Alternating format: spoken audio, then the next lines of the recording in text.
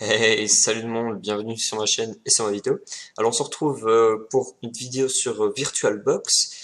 Donc on y va directement, je vais vous expliquer, et à la fin de la vidéo il y aura quelques petits, je vous expliquerai quelques petites nouveautés. Donc là tout d'abord je suis désolé de devoir enregistrer le son avec une webcam. Je n'ai pas d'autre choix, mais bon, du moment que vous avez le contenu, je trouve que c'est le principal. Donc, vous allez aller dans un lien que je vous mettrai dans la... J'ai oublié comment ça s'appelait, dans la description, ouais, c'est triste quand même. Et donc, vous allez avoir ce petit launcher de la VirtualBox. Alors, la VirtualBox, bon, j'imagine que si vous cherchez la vidéo, vous savez déjà ce que c'est, mais on sait jamais que vous ne sachiez pas c'est quoi. Ça va vous permettre de lancer, on va dire, un deuxième PC, enfin, oui, on va dire ça comme ça, un deuxième PC sur votre ordinateur. Ça permet de, par exemple, faire passer des fichiers ou tester un nouvel OS ou autre chose sans affecter votre ordinateur. Et tout ce qu'il va faire, c'est qu'il va prendre une partie d'espace de votre ordinateur qui va s'attribuer à lui-même et c'est tout. Vous allez comprendre ça un peu plus exactement pendant cette vidéo. Donc, quand vous arrivez là-dessus, bien sûr, vous faites Next. Là, vous pouvez choisir où vous allez installer la VirtualBox. Personnellement, je vais le laisser là parce que je pas envie de trop de chipoter. Create Start Menu Entries, bah, vous pouvez le garder. Create Shortcuts on this spot, oui, vous pouvez le laisser, c'est pour avoir le truc ici. Enfin, vous pouvez tout laisser cocher, donc vous faites suivant. Et procéder à l'installation maintenant. Enfin, oui. Cliquez sur install pour commencer l'installation. Vous allez faire oui. Oui. Alors là, vous voyez pas, enfin, je pense pas que vous voyez, mais là, il est marqué d'autoriser euh, l'application, enfin, le launcher à installer.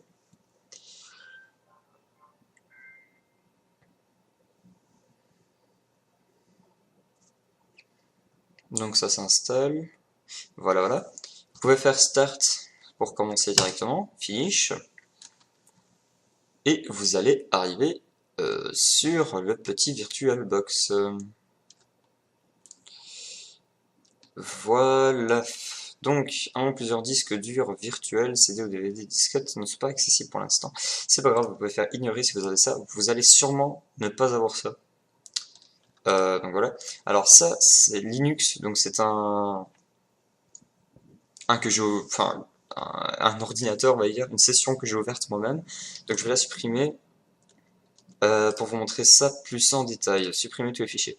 Donc, ce que vous allez faire, vous allez aller dans Fichier, Paramètres. Vous allez aller venir ici, choisir dans Autres l'endroit où vous voulez stocker, on va dire, vos machines virtuelles. Voilà. Et ici, vous allez vérifier que l'authentification VRDP, par défaut, soit bien sur VBox haute. On va appeler ça comme ça, désolé, je massacre une démo aujourd'hui. Mais voilà. Ensuite, dans Entrée, vous pouvez toucher, ça je vous laisse le remanier comme vous voulez, ça on s'en fout. Pour les mises à jour, c'est pareil, vous s'en fout. Les langues, le français. Bon, si vous regardez cette vidéo, j'imagine que ça sera français. Pour l'affichage, on s'en tape. Réseau, on s'en tape. Extension, on s'en tape. Proxy, on s'en tape. Voilà, on peut tout fermer. Et on va cliquer sur Nouvelle. Alors là, ça va être très simple. Vous allez mettre le nom de votre machine virtuelle. Personnellement, je vais marquer Linux. Voilà, automatiquement, ça a changé. Ça l'a mis sous Linux. Et moi, je vais prendre Ubuntu. Alors, voilà, je vais prendre du Ubuntu sur 64 bits. Voilà, donc une fois que vous avez fait ça, vous avez choisi. Donc vous pouvez faire avec Windows, Mac, non, je sais pas, ça c'est un peu bizarre quand même. Oui, macOS, oh, voilà, macOS aussi. Donc il y a du choix. Suivant. Là, vous allez choisir le nombre de mémoire vive, donc de MO, de RAM que vous allez attribuer à cette VirtualBox. Alors personnellement, je ne sais pas si c'est un bug ou quoi. En fait, la ligne verte que vous aurez, c'est le nombre maximal de MO que vous avez sur votre ordinateur. Personnellement, j'arrive à le mettre à fond. J'imagine que c'est un problème, donc je vous conseille toujours de le laisser par défaut. Si vous voyez que ça rame, augmentez-le un petit peu. Mais pour le moment, on va dire, laissez-le comme ça. Après, je vous montrerai comment on fait pour changer le nombre de RAM, mais sinon, laissez-le comme vous l'avez eu par défaut quand vous êtes arrivé là. Personnellement, là, pour vous montrer la vidéo, je vais genre le mettre ici, voilà. Ensuite, suivant. Créer un disque dur virtuel maintenant, créer. Suivant. Suivant. Et là, ça va être intéressant. En fait, vous allez octroyer un nombre d'espaces sur votre disque pour accueillir la machine. Donc, sur Linux, je préfère toujours attribuer 30 Go. Voilà. Attends, je vais faire ça, ça va être plus facile. Et vous allez choisir l'endroit où ce que vous allez vouloir le mettre. Donc personnellement, je vais juste le mettre là, voilà, juste ici. Voilà, donc Virtual Machine B, voilà. Donc juste ici, créer. Et voilà, vous avez une nouvelle machine qui vient d'apparaître ici. Alors maintenant, ce que vous allez faire, ça vous ferez de votre côté, c'est que vous allez chercher un ISO de votre machine, enfin de l'OS que vous voulez installer. C'est-à-dire si par exemple vous voulez installer Windows, ben, il va falloir un ISO de Windows. Un ISO, qu'est-ce que c'est? On va dire c'est comme un CD. Ça veut dire que le PC va lire votre fichier exactement comme un CD. Là, on va en avoir besoin pour le lancer et pour installer l'OS dans la machine virtuelle. Donc, je vous montre ça tout de suite. Vous allez donc la démarrer.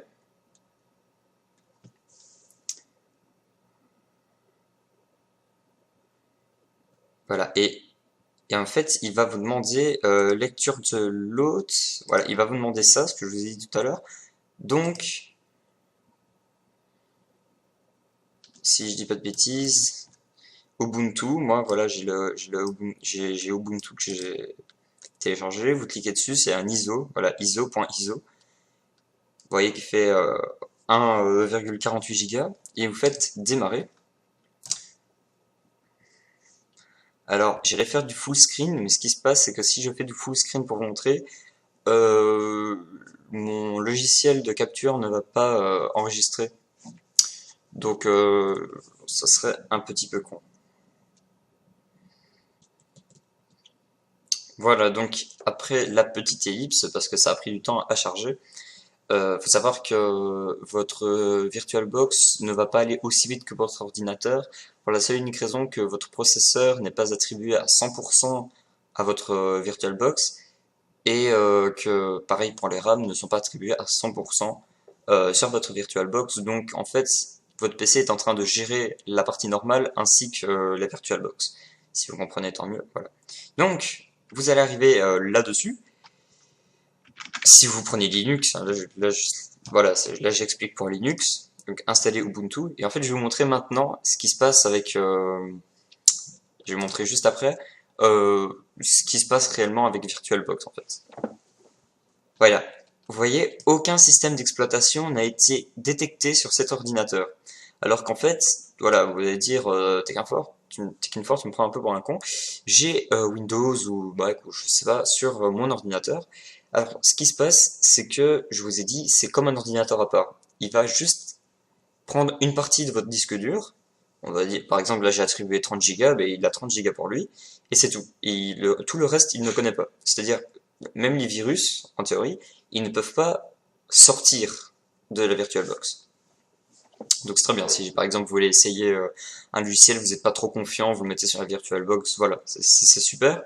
Donc vous ne pouvez tranquillement, vous pouvez faire effacer le disque et installer Ubuntu. Il n'y a aucun souci avec ça. Je vous le dis tout de suite, il n'y a aucun souci parce que vous êtes dans un VirtualBox. Si jamais ça vous efface Windows, ce qui n'est pas probable, mais si jamais vous l'avez fait, c'est vraiment que vous avez fait une connerie quelque part, vous avez touché à quelque chose qu'il ne fallait pas. Mais en théorie, il y a vraiment 0% de chance. Allez, 1% de chance de supprimer votre OS. Et même comme ça, c'est pas possible parce que vous êtes en train d'utiliser votre OS actuellement. Voilà, je sais pas si vous me suivez. Après tout ce ira bien, on fait installer maintenant. Voilà, et donc il va vous dire, voilà, je vais faire ces modifications-là et tout ça, on s'en fout, continuez. Bon, personnellement, j'habite en Belgique, non Bruxelles. Continuez. J'ai un clavier belge à nouveau. Continuez. Voilà, donc mon nom, bah, ça va être Julien. À marquer que j'ai un VirtualBox, s'en fout. Mot de passe. Voilà. Voilà, continuez.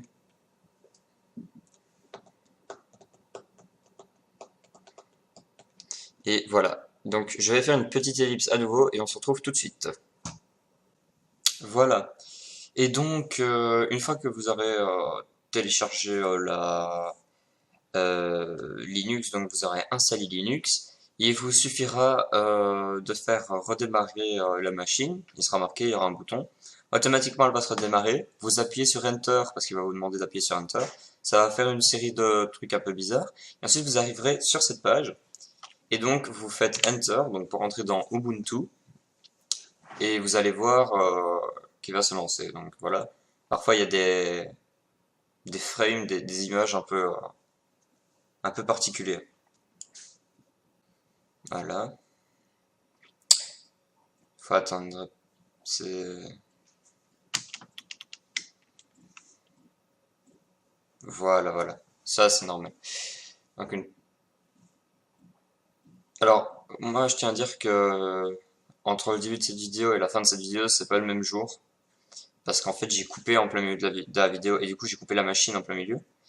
Et du coup, s'il y a des problèmes, c'est sûrement à cause de ça. C'est du fait que j'ai coupé en plein milieu de l'installation. Mais bon, j'ai continué à la fin de l'installation. En théorie, il ne devrait pas y avoir de problème. Donc voilà, vous arrivez sur Ubuntu, vous mettez votre mot de passe que vous avez mis un peu avant.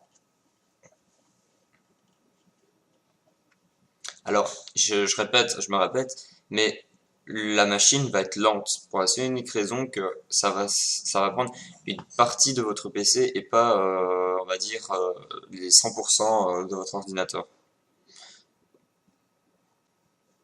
Voilà, après un petit moment d'attente, on voit que Ubuntu s'est bien lancé. Alors, il faut savoir qu'à la base, mon PC est très lent, mais alors en plus, avec la machine, c'est insupportable. Mais vous pouvez essayer chez vous, vous verrez que ça fonctionne. Si vous avez un bon PC, ben, ça tiendra la route. Moi, personnellement, bah, ça tient pas du tout la route, hein. Vous voyez, c'est horrible le temps de chargement qu'il faut. Là, par exemple, je fais dans voilà, logiciel Ubuntu, vous voyez que c'est très lent parce que, voilà, je me répète, ça prend une partie de votre PC et pas les 100%. Voilà, j'espère que cette vidéo vous aura aidé. Si c'est le cas, laissez un pouce bleu et écrivez un commentaire. Et on se retrouve pour une prochaine vidéo. Ciao!